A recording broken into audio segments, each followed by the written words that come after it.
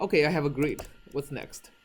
So I'm just going to say, going to define the grid. Okay, what's next?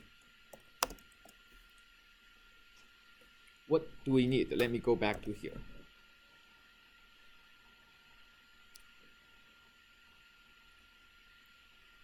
We need the matrix that encapsulates all the equations. Exactly, we need a matrix that, well, these equations actually cannot be encapsulated with the matrix because some of them are nonlinear, right? So I need something to encapsulate these equations. And in Newton's method, what do I need? What do I need? Initial guess.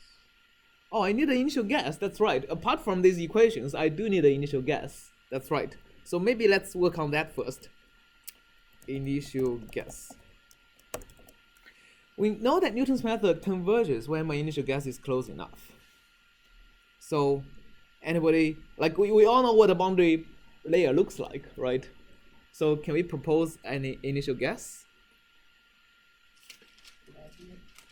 Parabola, that's fine. So a parabola, okay, so Kinshock suggested a parabola. So for initial condition, come on. For initial condition, we can do a parabola. So this is my u, this is my eta max 0. I can do a parabola, maybe something like that, right? So we can make a parabola. And the parabola actually is very nice because the derivative of parabola is linear, right? So, and I do have, so this, if this is the velocity, then that's my fp. And my fpp would be the derivative of the velocity, which would be linear. So let's do that. That's a good idea. Parabola. So what I'm gonna do is I'm gonna make my fpp first. Fp is the velocity, fpp is the gradient of velocity, is linear. So link space, and should be goes from something one. Let's do 1 to 0, right? So that's my linear slope for the derivative of the velocity, and we'll scale them so that it satisfies the boundary condition a little bit later. So if fpp is like that, what is going to be my fp? Right, so okay, so let me write this in a little bit better way, right? So link space of 1 to 0, it's actually a function of eta. In what way? Should be eta divided by eta max. So that one goes from 0 to 1. I want to make it goes from 1 to 0. So let me take 1 minus that. That's a linear function that goes from 1 to 0, right? Okay. So if fpp is that way, how do we integrate these ones to get fp?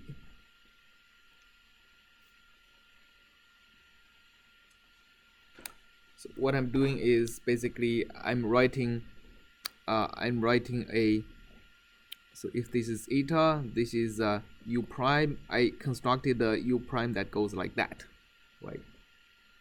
1 minus eta divided by eta max. So let's integrate this with respect to eta. Wasn't this where the equations we wrote down come in? Huh? You can use the equations, the central reference method stuff. We can use the Equations that we wrote to try to solve for fp. we can use the equations. Now we know fpp, right? And fpp is equal to fp prime. So we can use these equations we wrote down. That's actually right. So you're saying we want to use C to solve it? Sure, let's do that. Okay, so let's compute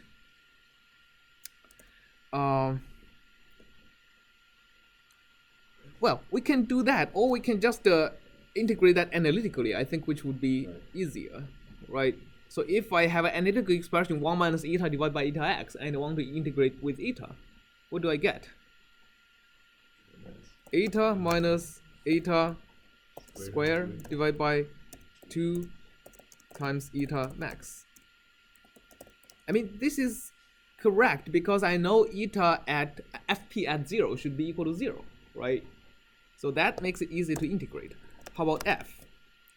Integrate fp again, right? So I get eta squared divided by 2 minus eta now cubed divided by, now it should be what? 6.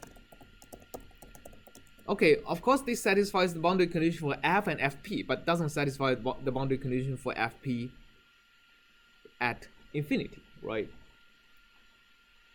So I can just scale then, right? So scale is equal to 1 divided by fp end. Everybody know the notation of end? That's the last element. It's equivalent if I write n plus 1. So could you explain line 10 and 11? How you integrate it? So 1, I'm basically integrating. Let me go to line 10 and 11. So let me how do I delete? Delete everything. That's what I want.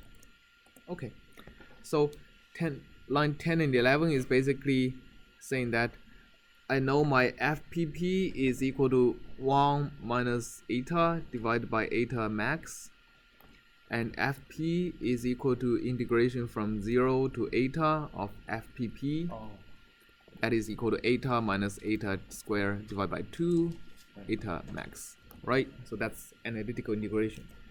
Same as this f, I'm just integrating the linear and quadratic terms in FP individually to get these two terms. All right, good. Any question about the scale term? Right, so I'm just saying later I'm going to do FP is equal to FP times scale. And once I do that, right, the last element of FP is going to be what?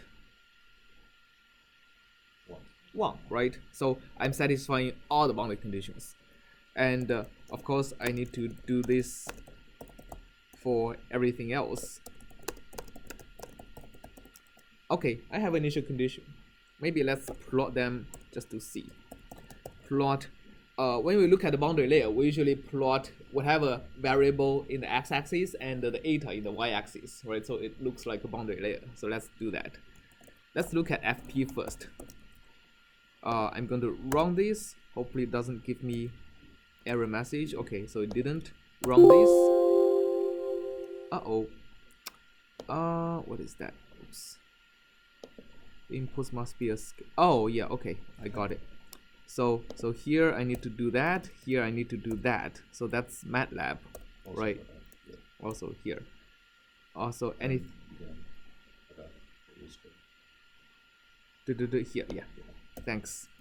So in MATLAB, if you do square, it thinks it wants to take the matrix, multiply them by the matrix itself as a matrix multiplication. So in order to do element-wise things in MATLAB, you need to dot something. All right. So let's run this again. Okay.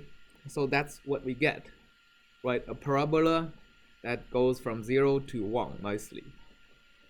So I think we have a good initial condition. Thanks, Kinshock, for the suggestion.